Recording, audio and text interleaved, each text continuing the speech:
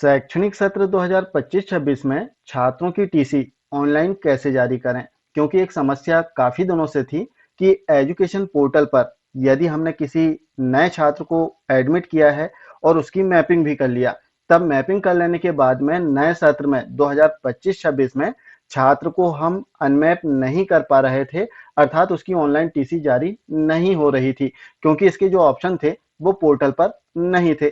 लेकिन वर्तमान में यदि हम देखें तो एजुकेशन पोर्टल 3.0 में जो टीसी जारी करने के ऑप्शन हैं 2025-26 के लिए वो दे दिए गए हैं। आइए देखते हैं कि हम कैसे छात्रों को अनमैप कर सकते हैं या फिर उसकी टीसी ऑनलाइन जारी कर सकते हैं। तो इसके लिए सबसे पहले तो आपको किसी भी ब्राउजर में एजुकेशन पोर्टल 3.0 को ओपन करना है और इसमें लॉगिन कर लेना है। अब लॉगिन करने के लिए यहाँ पर ध्यान देने वाली बात है कि यदि आप एजुकेशन डिपार्टमेंट के शिक्षक हैं, तब साला के कोई भी शिक्षक अपने यूनिक आईडी पासवर्ड से लॉगिन करके इसमें छात्रों की टीसी जारी कर सकते हैं।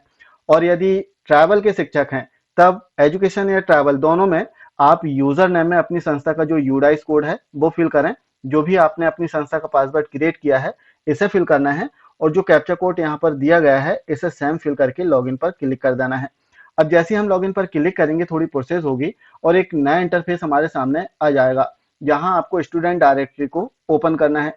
इसे ओपन करने के बाद में आप देखेंगे कि इसमें जनरेट ट्रांसफर सर्टिफिकेट का एक ऑप्शन दिया गया है। अब आपको इसे ओपन कर लेना है। ओपन करने के बाद में एक नए पेज में आप देख पाएंगे कि नवीन सत्र 2025-26 में छात्रों की जो टीसी है इसे जारी करने के ऑप्शन दिए गए हैं। जैसे आप यहाँ पर देखेंगे कि एकेडमिक ईयर लिखा हुआ है और यहाँ पर 2025-26 का जो ऑप्शन है वो ऐड कर दिया गया है।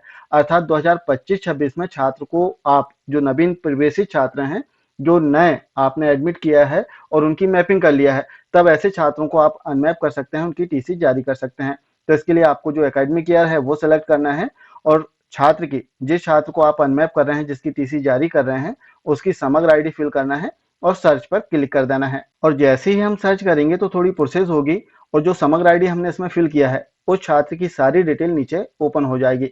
अब यहाँ पर करना क्या है कि आपको जो दो बॉक्स नीचे मिलेंगे, पहला बिहेवियर के लिए और दूसरा रीजन टू लीव के लिए, अर्थात छात्र का आचरण कैसा है, उसका व्यवहार कैसा है, वो आपको बताना है।